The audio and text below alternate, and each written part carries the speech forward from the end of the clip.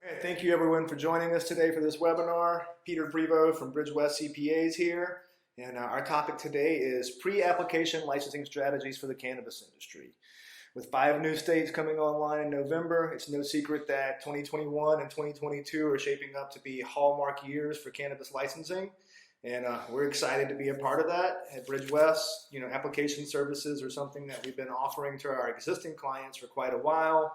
And now with the new activity, we've created a formal division, and we're going to start really, offering the services to new clients as well.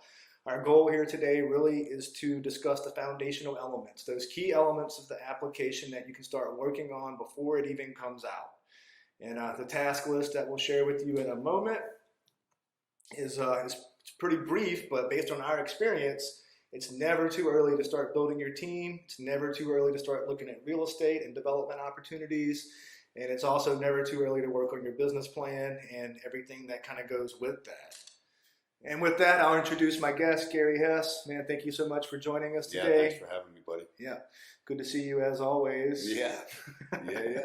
And so, Gary and I met a few years ago through his veterans advocacy group called VAHA.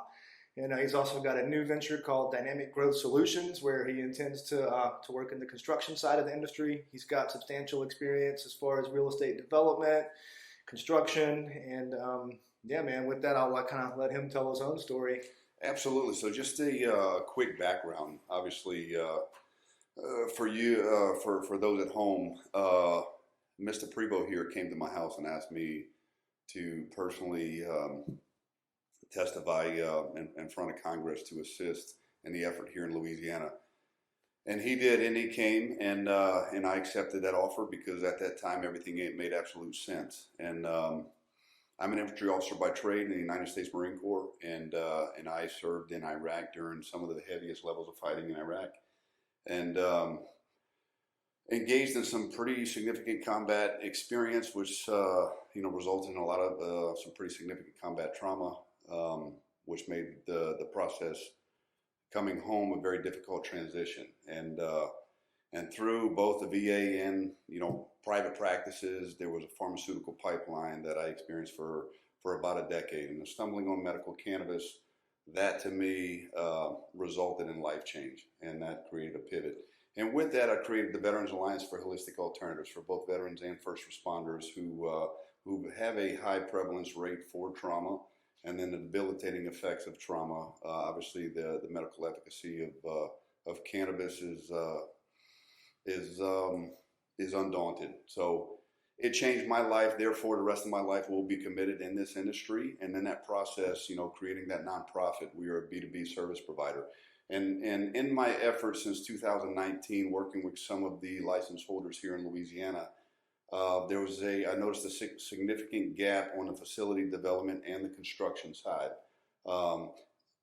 Understanding a strategy, understanding a schedule, understanding appropriate planning, and being able to execute that strategy to meet your timelines is absolutely critical from profitability standpoints, for sustainability standpoint, to getting the right products to market for those patients in need.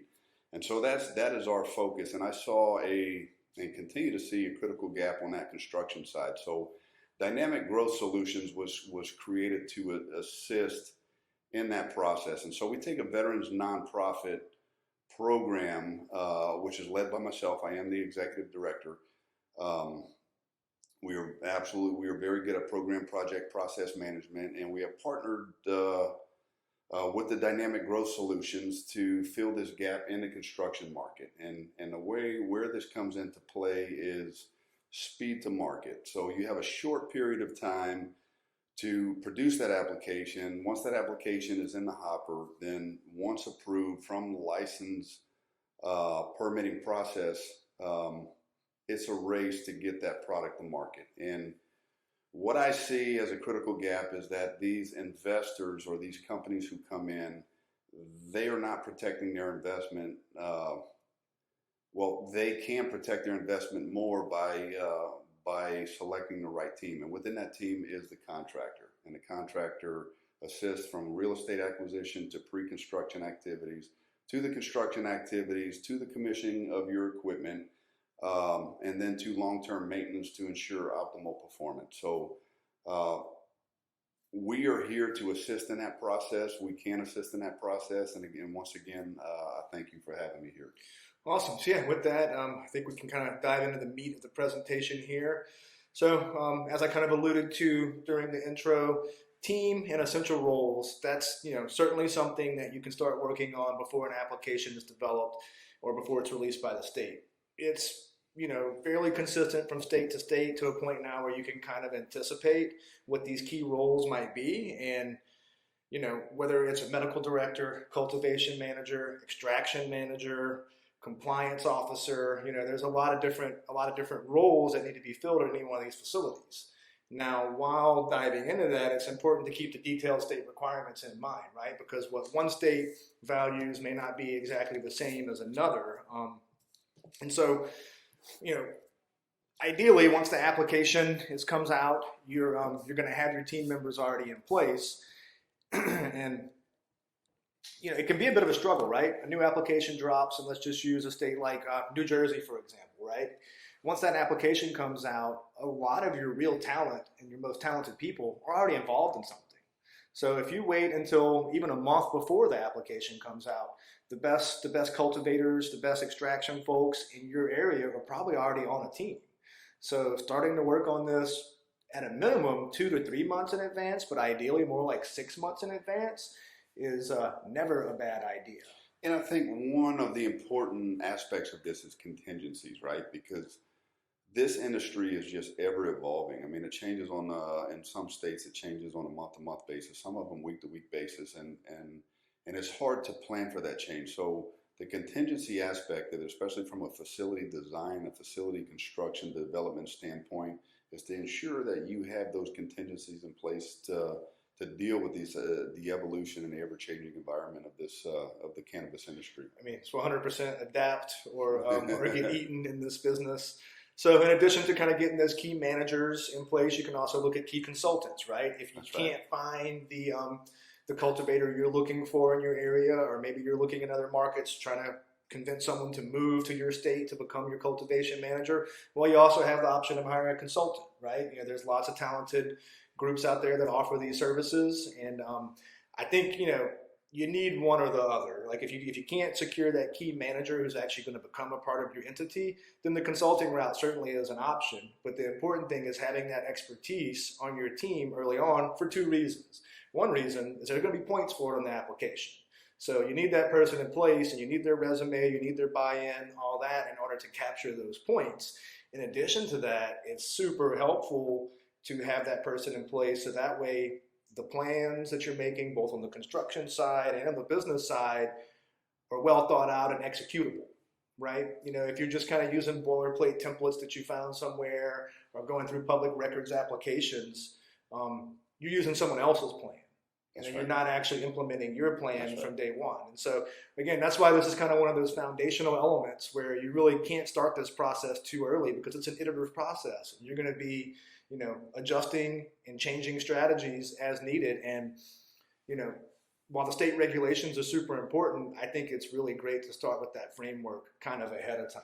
Yeah, and then from a consulting standpoint, I think that makes sense from a business model, because this is absolutely new for a lot of people. And there isn't a lot of time to prep and plan. Essentially, everybody gets on the starting line and they fire a gun, and everybody says, and then it's time to go. And then you have 60 days to get to that licensing process or the application process, and then you're awarded a license, and what happens after that? Right? Speed to market, get the product to shelf. The speed to market, I mean, it's something we'll talk about later in the real estate section, but it'll be a continual theme throughout this discussion, is that you really want to set yourself up to get to market very quickly, because I think we've all observed that in a lot of different states that the people who get to market first are heavily rewarded, and they tend to maintain a higher market share for longer. Yeah, let me talk to that consulting piece again, because from a business model, it absolutely makes sense, because 1, it is new. 2, it is new. 3, it is new for a lot of people. So from a consulting standpoint, bring someone in that has the past performance, that has the experience to help you learn that process. And then once you get into that rhythm, a good consultant will know that I'm not here to stay on your payroll. I'm here to help facilitate this process, help teach you with this process, help teach you the process, help you understand, especially from a construction standpoint, the maintenance, because it's very heavy from a mechanical standpoint. But once you learn that process, then you bring someone on, you train them in that process with the knowledge that you know from that consultant, and then you create a sustainable model going forward. So the consultant early on is something that it might look expensive from the front, but it can pay off huge in the long run. So eventually bring that knowledge into the house, learn that process, teach your own people, recruit that character, teach them with the skill sets, and then implement that process going forward, and that consultant is no longer needed. Right. And a good consultant works himself out of a job. That's right. 9 times out of 10. That's right. And that's exactly why we're here. So myself as a patient, from the patient perspective, one of the things here in Louisiana that has prevented us from myself as a patient being able to access the products that work for me relies heavily on that construction process, on that facility development, because with that facility development also comes SOP development, which, you know, if that does not complement your construction process, then it's going to hold up your timeline and eventually your bottom line. So it's absolutely critical. These things need to be taken into consideration. So it is important, being that this is new across the country. You know, West Coast has started before us, but at the same time, this is new to America in a sense. Don't be afraid to recruit those who have been there. Absolutely. So in addition to your key managers or consultants, also let's talk about local partners for a second, right? I mean, you're starting to see more and more in the space where not only are local partnerships required, but they're rewarded in any case, right? So some states have required local ownership. I know Arkansas was a good example of that. I think it had to be like 51% ownership. Colorado had that model in place for a long time. You know, we don't want to like get ahead of ourselves and anticipate that. So even if it's not required, you are seeing it reflected in the scoring on these applications, where your graders do tend to have a place carved out for having that local participation and local buy-in. So if whether you're a multi-state operator or a company just entering the industry, it's important to have that local buy-in and local partners wherever you're at. And now, whether they're business partners from an ownership perspective, employees, or just operational partners, you know, I think that's a key thing you can start carving out pretty early. So here's, and I'm glad you bring that up, because this is something that's absolutely critical, that's different from the rest of the United States. Over the last 15 to 16 years since Hurricane Katrina, there has been a disaster response model that has been set up here in the Southeast region, including Texas. Now with that has developed some very territorial attitudes within the state. So if you are an out-of-state operator trying to get in Louisiana or any of these Gulf Coast states, Southeast, the states in the Southeast region, it's absolutely critical that you utilize local resources, you align yourself with those local influencers, and that is the only way you're going to do business here in the South. So that is absolutely critical. We've learned there's been a lot of money that's dumped in the Southeast in the last 20 years because of disaster response. Dynamic Construction Group is rooted in that disaster response. Very stringent processes, very fluid processes, but those processes allow us to respond very quickly and produce results, quality results very quickly. But if you do not take into account the local relationships, that local atmosphere, and trying to implement and execute your strategy, you will fail here in the Southeast. So it is critical to get a contractor who understands this landscape, and that's essentially where we come in. And not trying to toot our own horns, but we have a vested interest in seeing good, credible, quality businesses come in here and thrive, because that is the only way that we can get the right products on the shelves from a patient's perspective to be able to have a comfortable experience and benefit medicinally. Absolutely. So lastly, in addition to local partners, another big trend we're seeing in applications, and I think as you're building out your team and essential roles, diversity.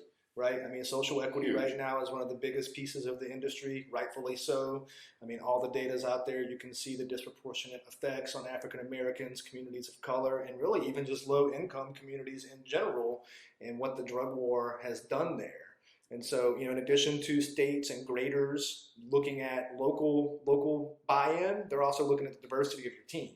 And that's another area for opportunity where if you start early in building out those team and essential roles, then the more headway you'll make and the more success you can have in doing so. And so I think that's another critical component and something that, it's one of the hottest buzz topics in the industry right now, but it's a very real thing and it will translate into points on your application if done properly. So let's talk about diversity in the industry. Let's talk about it from the construction and consultant standpoint. So, for example, here in Louisiana, we have 2 license holders in Baton Rouge, and it's not just the diversity within the organization that has the license, it's diversity in the vendors and contractors that they select to assist them in their execution strategy. So it's about local community support, giving some of that economic input back to those local contractors, which it's absolutely necessary in developing some of these communities, developing the support for the cannabis industry, which is very new down here. The stigma is absolutely real in the South, and it prevents real conversations from happening in a lot of situations. So absolutely critical. I can't stress that enough. Yeah, and it's just it's one of those banner moments where, to actually be alive and seeing this unfold and seeing this be one of the big driving forces behind the industry growth it's honestly just super exciting. It's huge, man. So, with that, moving on to kind of our next major of the pre-application checklist and the 3 major components, we've already kind of touched on real estate quite a bit, Gary, and I'm definitely going to lean on you during this section to kind of fill in some of your expertise. But, within that real estate bucket, the local zoning approvals, obviously that's a very big deal. Every state's going to have slightly different views on it. Light industrial areas seem to be a hot spot. Your retail, obviously a little bit more limited, but, there's always going to be a roadmap and you can find it, but that real estate selection, absolutely critical. And kind of with the zoning in tandem with that, another, major concept in the cannabis industry would be the concept of drug-free zones, right? And so with that, you're typically, a good rule of thumb is to be 1,000 feet away from schools, churches, daycares, places of worship, really anywhere that children would congregate. I've even seen some applications go so far as to list things like arcades, like anywhere that children would congregate.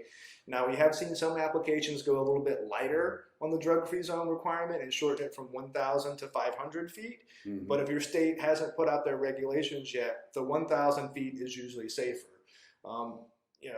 That's a great rule of thumb, but in general, the further away you can be from those sorts of areas, the better off you'll be in the long run. Which I think is absolutely critical when you're selecting, you're selecting that real estate and that real estate location is don't get ahead of yourself and making those decisions and putting that into action until you see those regulatory standards come out and actually solidified, because that can be a very costly mistake.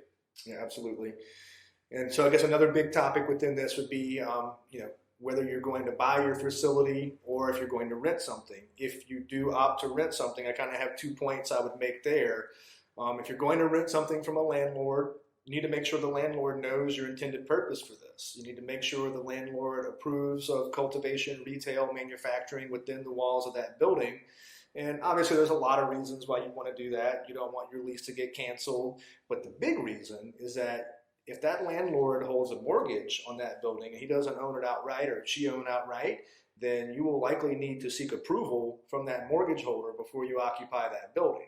And that's just kind of a small caveat that gets lost sometimes. I've literally seen people almost at the finish line of starting to install equipment and starting to work on things, and state regulators catch wind. They're like, well, hold on, we don't have landlord permission on this, and there's a mortgage on this building, and so you start getting into FDIC rules and all sorts of things there. So that's another critical component, is that if you're when you're looking at that buy versus rent decision, you got to be transparent, and you got to make sure the landlord is okay with it.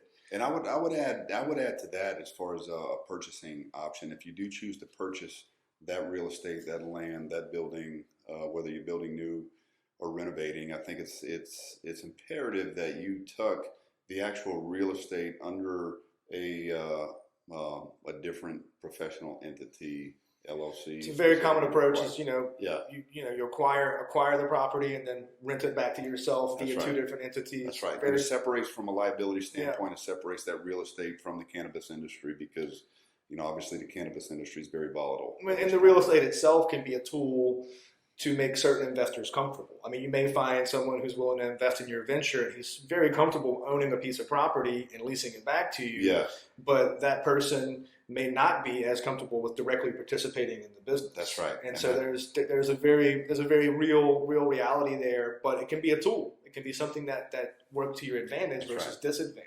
That's right. And kind of while we're on that topic, I'll mention the concept of option agreements. And this can be applied to either a purchase or a lease. And when you're early on in the application phase, you found a handful of properties that maybe meet your needs, but kind of like I was talking to earlier with the team members and building out those key positions, well, the good real estate's going to go first. Other people are going to be looking. Other people have the same idea.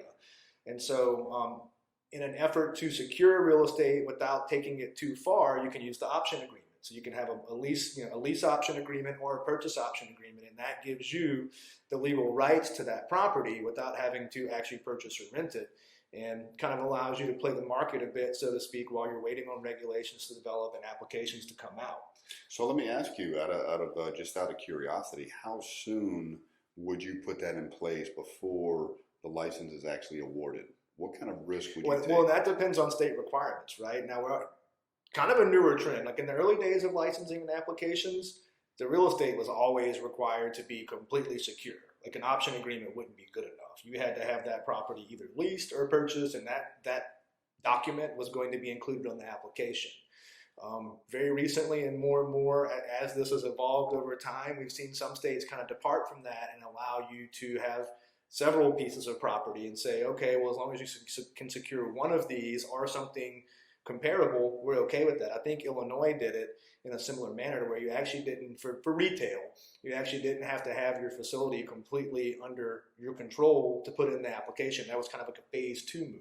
But what I would say is that, if the state's going to require a lease document or a purchase agreement, I think anywhere from 3 to 6 months out from application deadline is certainly a good time to start locking up that real estate. And it goes back to, again, earlier, the scarcity of resources. If you've got your team built in a particular town or city, well, then you need your real estate to be in that town or city too, so that you don't end up in a situation to where you've built a workforce but don't have the place to house it. So would it make sense to establish those options 3 to 6 months before application process to where you can convert those options based on issuance of that permit or that license? Yeah. So, kind of a general timeline in my mind is like, state issues draft regulations. They haven't been finalized yet.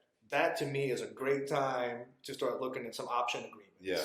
Because at that point, you'd have a pretty good idea as to what things are going to look like. So you go ahead and get your option agreement. Then by the time regulations are finalized and applications actually come out, you can make a decision. Okay, is it time to execute the option now? Or should we try and stretch this out till licenses are awarded? And that will largely depend upon the state regulations of the jurisdiction that you're applying in. Yeah. So my kind of general answer there. And something we kind of alluded to earlier, relationship with the host community. That's another one of my bullet points. And we talked about this a lot during team and essential roles, having that buy-in from the locals. So, I think as a part of this, whenever you've identified a certain town or jurisdiction that you want to do business in, it's a good time to start meeting with the mayor, start meeting with the representatives, city council, people in that area, and making sure that host community wants you. The last thing I think any of us would want would be to enter an adversarial relationship when you're trying to start a new business or expand an existing one. You don't want to be in a town that doesn't want you there. And That's right. I think just getting that out the way early, it's another piece of the puzzle that, when you're in that 30 to 60 day procurement window to turn in an application, the last thing you want to do is have to take 3 hours or 4 hours to go meet with the city official and ask for permission. You should have gotten that permission already, and during that 30 to 60 day procurement window, when that application is active, you should be focusing on taking all the work you've done up until that point and making sure it meets all the regulations that have come out. So in a sense, in summary, an ideal situation would be to find an area where the zoning laws and the community leaders support the development of that cannabis business. That would be the ideal situation. For example, in California, this was something new to me. Cannabis industry is very new to me. But even going to California, I'm thinking California, the entire state of California is recreational. But as of 2020, the last time I visited a summit there, I think I want to say 78% of the counties did not allow cannabis business in those counties. So that's a huge area of California, and so that is definitely something to be aware of from a zoning. Absolutely, and you've seen some states kind of respond to that, because that was shocking to a lot of people. Whenever California changed from the old system to the new system, and all these counties opted out, that was shocking to a lot of people. And you've seen some states respond by kind of taking that city power away. Mississippi is a great example of this. In their recent ballot initiative that passed, the locals had very limited authority to impact things like that. Yeah. So, I mean, again, it's going to vary from state to state, patchwork of laws, and that's just the situation we're in as an industry right now. But, these are things that can be figured out on the front end. And it goes back to our larger point, and really the theme of this presentation, which is like, my state hasn't released an application. What can I do today? And I think these big high-level decisions can certainly be worked on, well in advance. Yeah, absolutely. And yeah, I think a big piece here too, and I just think it's a fundamental aspect of the cannabis industry, right, is change. Nobody likes change. Change doesn't happen very fast. Because of the demand of the patient and the public, change is happening very fast in the cannabis industry. So with that, drive conversation, right? Conversation about the cannabis industry is going to be uncomfortable here in the South to most people. But shake hands, start that conversation, look people in the eye, give them a chance to respond to that, but come back to that conversation in time and continue to have that, because that's the way you shape your community leaders. That's the way you get them behind them. Start allowing them to see the positive patient testimonials, the economic benefits, and all the medical efficacy of cannabis and all the benefits that cannabis brings. Because the simple fact, especially here in the South, there is a significant stigma that travels with cannabis, marijuana industry in general, and it triggers emotion down here. So don't be afraid to start cycling through those thoughts. Have that conversation. Do that uncomfortable work. And that's critical, aligning yourselves with the community, giving back to the community, getting involved with the community through education, through town hall meetings, through alignments, through charity events.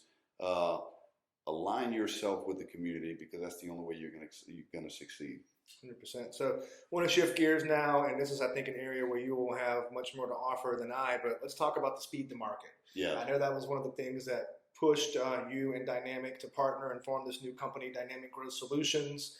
And, I know there's kind of a lot of discussion surrounding this. I can tell you from the CPA's perspective, we've seen it reflected in the client numbers and the bottom line, but kind of talk more about those strategies and speed to market and kind of what your thoughts are in there, and what can be done on the front end to kind of mitigate some of the lags and delays that we have seen that are, it's inevitable in this industry. You got to factor delays in, but what can the business owner do to kind of mitigate some of that?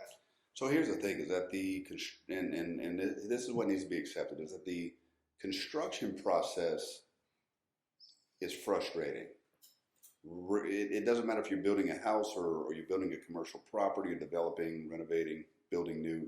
The construction process in itself has very many friction points. Now, the construction process within the cannabis industry is a different animal in itself, just because of the regulatory compliance, some of the gray areas that could come back and be very costly. One of the things we see is that speed to market, right? You get the pre-application process. Everybody gets into the planning. We have to have some type of facility process flow. We have to demonstrate our knowledge. At the same time, we don't want to commit too much, so we only go so far in that construction process. Mm-hmm. But once that license is awarded, then what?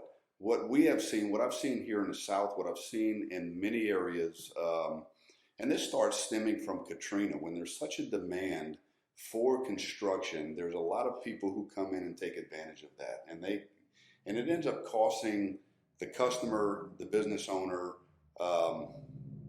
essentially, in many cases, in some cases, their business. But it's a very costly mistake. So finding that right person to trust, align yourself with a team, having someone come in as a trusted advisor to assist you through that process. And essentially what Dynamic Growth Solutions does is we protect your investment. We are a low risk management cell that comes in and facilitates this process. So you have a vision.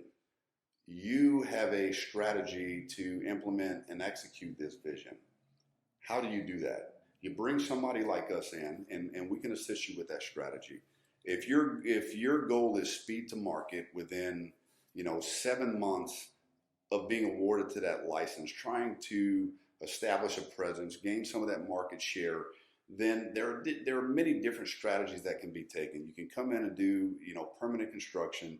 You can have temporary facilities. You can come in with modular solutions, which aren't just being used today because of speed of market, but it's also segregating some of that liability in the growing process, segregating that liability from a square foot basis, being able to manage some of those, threats that affect your yield, that affect your quality. And a lot of that can be mitigated in that construction process. So depending on your strategy, we can assist. We can assist from bringing in from an architectural standpoint, the design a facility that supports your process flow, and then creating a strategy that allows you to execute that speed to market and get products on the shelf. So maybe that looks like you come in with a temporary modular solution, containers, come in early. We do the pre-construction activities. Come in, do your soil testing, load testing, make sure you have the power requirements, irrigation, water requirements, drainage. Right. In addition, on the speed to market topic, like while we're talking about that, like not only, obviously it makes good business sense to capture that market share, but regulators are also looking for this too. They want to see the construction timeline on the application, and they will assign more value and more points to a group that tells them they can have product available in 12 months versus 2 years, right? Another concept you're seeing popping up on applications over and over again would be an uninterrupted supply of marijuana, or the ability to adequately supply your region or market. It's another things that graders will look for. And I've literally seen points assigned for it in that regard. So the speed to market, certainly a concept. It's not foreign to anyone. It makes all the business sense in the world. And what you kind of really have to see here is this kind of two-headed monster, where not only does thinking about this early put you in a better position to make money long term, but it also may yield points on the application, which is kind of really the name of the game in this space, is to, it's like turning a term paper, man. Like you want to get the highest score possible. And, that's where we come in. That's right, and I think a lot of that value that is brought to the table in that pre-application, the application stage, is created when you actually put some deep planning into that facility design and then that facility construction. Because without that facility, without those processes in place, without meeting that regulatory compliance, you are not going to be profitable. You are not going to get your products to market, and it's going to turn into a lot of headaches for yourself. So, with the construction aspect of it, and I'm going to use a little cheat sheet here because I want to cover some of those key points. But the key variables in a strategy and a long-term plan, one is to allow yourself to scale.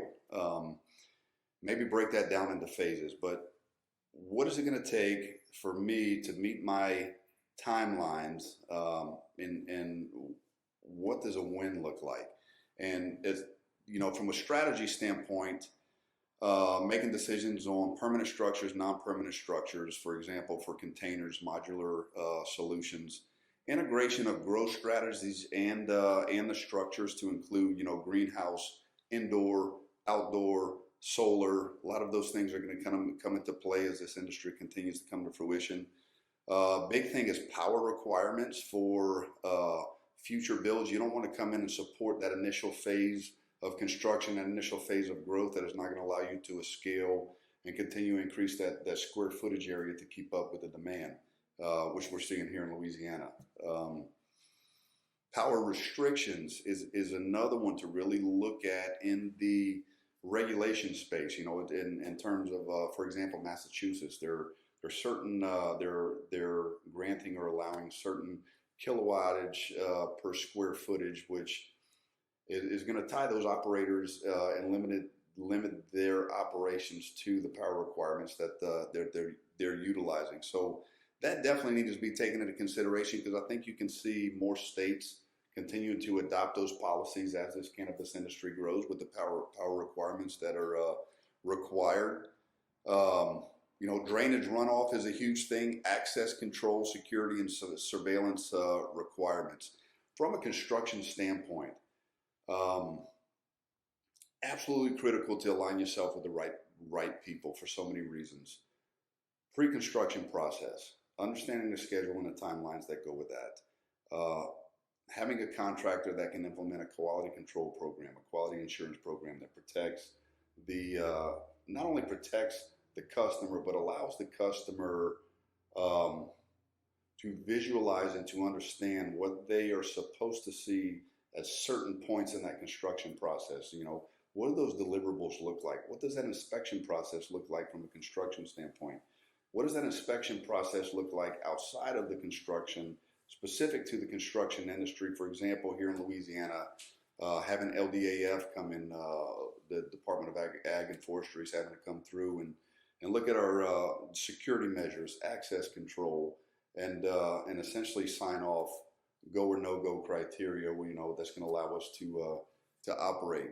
With that said, the facility development, which starts with the design and then the actual construction process to develop this facility, whether it be in phases, whether it be all at once, whether it be permanent builds, whether it be temporary builds. There's a lot of things that make sense that can be applied to specific strategies, and this is where Dynamic Growth Solutions comes in. Is that we're experienced in this process. We come from a disaster response background. Our processes are extremely tight, very, very similar to the military, that allows us to be expeditionary, that allows us to move fast, but also allows us to produce quality and achieve results in that process, which seems to be the name of the game here in the cannabis industry. I see the parallels between the disaster response construction in this industry, because it's kind of the same story, where like, we need that yesterday, and we didn't account for this. That's right. So That's right. and that's the parallel, and I think you guys are going to be very successful. I've seen some of the work you guys have done already, and I think it's pretty exciting. I think there's a huge opportunity for this in the Southeast region, and that's where we're both from. So exciting times. Absolutely. And here's the big thing, and here's one thing I want to mention, is that we have a vested interest, and here's where the Veterans Nonprofit comes in, because patients cannot get the products that they need if we don't have viable businesses here that can produce those results and get those products to market. So where the Veterans Alliance for Holistic Alternatives comes into play is we represent the patient experience. Here's the big thing I want you to understand from the construction community and development of your facility. So our goal here is to see you get to market, to execute your strategy, because that benefits us as a patient. So with that said, if you look at our background, if you look at our websites, $150 million bonding capacity, single limit, it seems like this might be a very expensive process. And understand, in this phase of this process, you're pinching pennies, because you have to front a considerable amount of cash flow to even become a player in this game.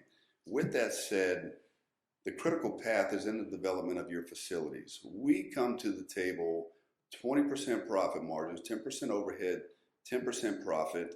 We stick to that. We are not here to take advantage of this situation, take advantage of the speed, take advantage of the desperation of some of these clients trying to implement their strategy. We are here to provide a quality product, extremely quality product, process, experience at a very, very fair rate. Because with that, we get sustainable businesses who can produce these products that myself and other patient communities need.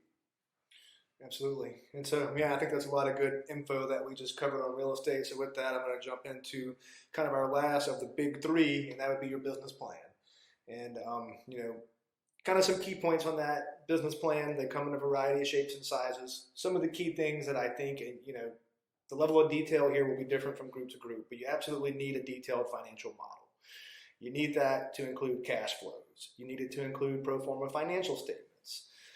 Those pieces are not only going to satisfy the application requirements for that section, they're also going to give you your roadmap to how you're going to operate the business, how much capital you're going to need. Who's going to put that capital up? Where is it going to come from? So this is one of those, again, as I've said many times, like you can't start working on this soon enough because it's going to potentially change over time. It's going to be a living document.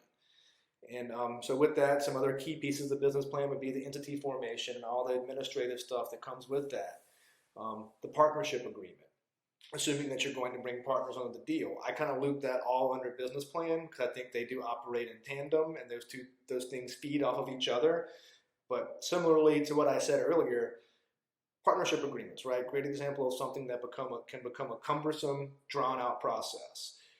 Just like I said earlier, you don't want to have to go meet with a city official while you're in the middle of a 30-day procurement window. Well, you don't want to be meeting with your lawyer either to go through a partnership agreement. Right. You want to have that done from day one. That's right. In that entity formation bucket, I'd also say get your company bank account set up. You're going to be capturing expenses throughout this process.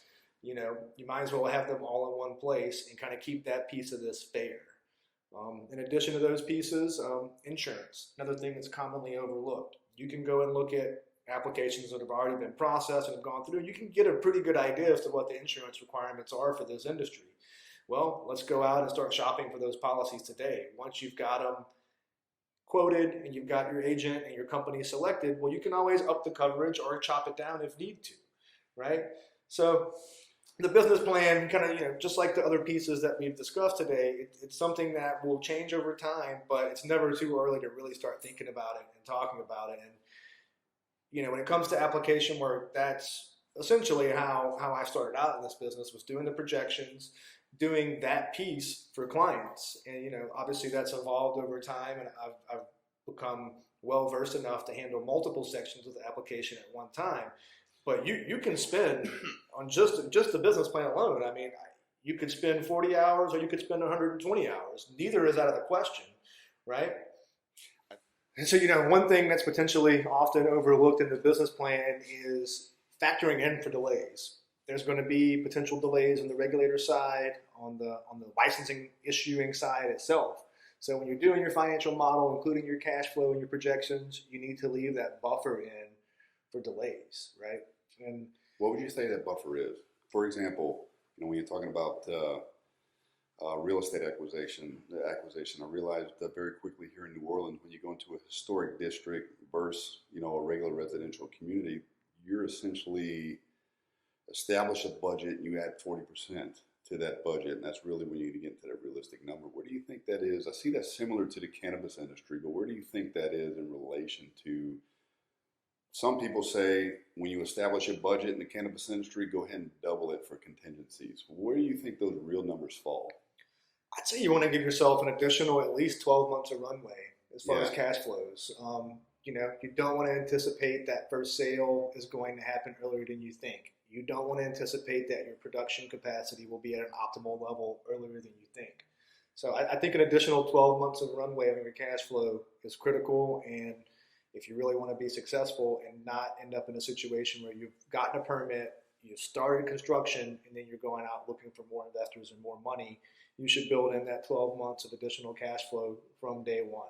And I'll give you an example of why that's absolutely important is because even though construction, there are going to be delays in the process, but even though the construction is finished, it really comes down based on a regulatory framework, SOP development. So even though your construction is finished, your facility is ready to process, if it has not been signed off from the local officials, then you might be sitting with a workforce that is not generating product, which is not generating revenue, which is a very real contingency that needs to be planned for. So in this application process, in a strategic alignment and development in this process, I think contingencies is absolutely huge. I would say take your budget, and I'm just looking at from construction facility development process, at minimum, add another 30 to 35% to that to plan for those construction contingencies, because I think that is a safe number. Yeah. And it's just kind of like the realization that what we're looking at in this industry today, it's like the intersection of entrepreneurs and government, right? I mean, and entrepreneurs move way faster than government. And That's so right. just because you want it done That's and want it right. approved today doesn't mean that's how it's going That's to right. happen. And so, building in those contingencies, I think, is something that can save you a lot of heartache and heartburn on the back end. It can also help you keep more of your company within the initial investor group. Absolutely. But man, thank you so much for coming out today. I really appreciate it. We've got contact information on the screen. If anyone has any additional questions, we'll be doing Q&A now, so you can type your questions in, and we will make our best efforts to answer them. Thank you again for your time.